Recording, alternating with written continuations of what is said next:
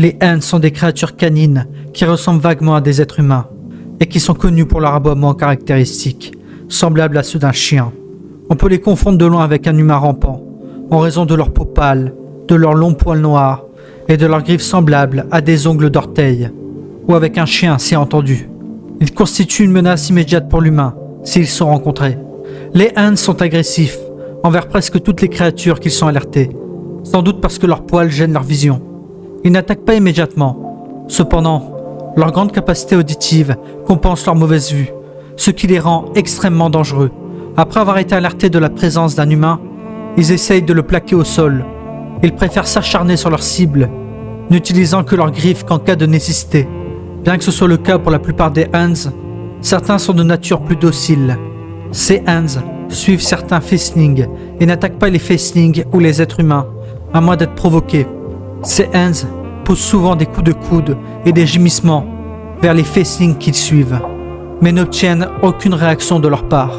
Les Huns semblent posséder une biologie interne similaire à celle des races de chiens domestiques, comme l'ont confirmé les autopsies improvisées réalisées par des vagabonds. Les différences incluent les os plus longs, un cœur plus fort et l'absence de globe oculaire ou de narines.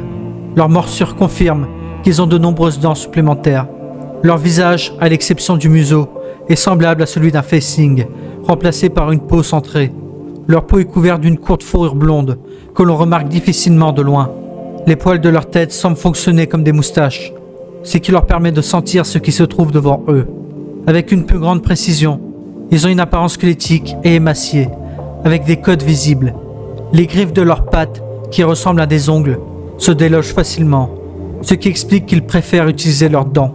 Les Huns sont le résultat de la désolation sur les chiens, qui leur fait subir une longue transformation physique avant de devenir agressifs. La désolation met moins de temps à affecter un chien qu'un être humain. Cela dit, les chiens ne doivent pas boire d'eau d'amande en grande quantité, car elle est malsaine pour eux.